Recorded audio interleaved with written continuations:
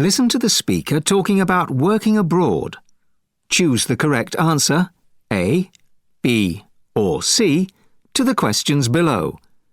You will hear the recording twice. I'm American, but I work for a British bank with offices all over the world. I started my career in New York City. I was always interested to hear the stories of my colleagues who had worked in places such as China and Brazil with cultures that seemed very different from my own. Of course, they always talked about the culture shock, different ideas about time and formality, food that they never expected to eat, and of course, language difficulties.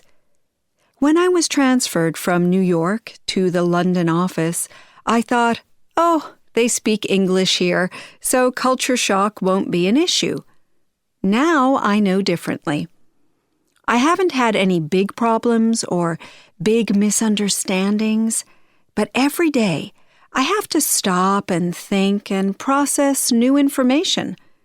Dealing with small differences all day long, every day, can be very tiring. For example, of course the signs are in English, but it's almost always a different kind of English for me.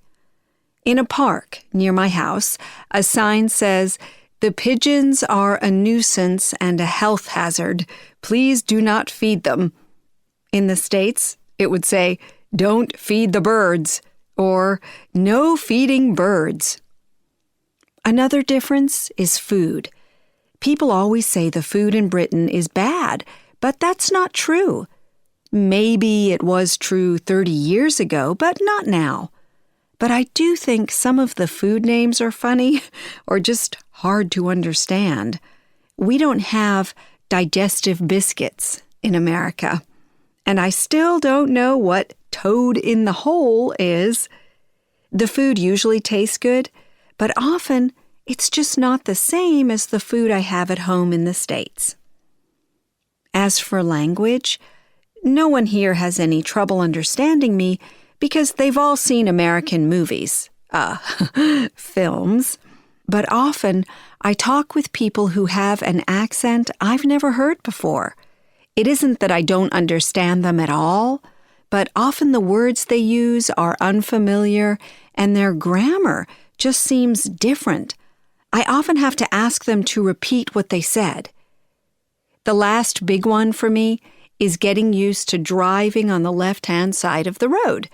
At first, I always looked the wrong way when crossing the road on foot. When I finally was brave enough to try driving, it felt almost natural at first, but then I would suddenly feel panic that I was driving on the wrong side of the road. I'm still not completely comfortable with that, but it's getting easier.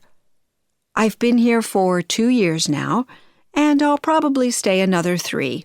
After that, when I go back to the States, I'll probably go through culture shock all over again.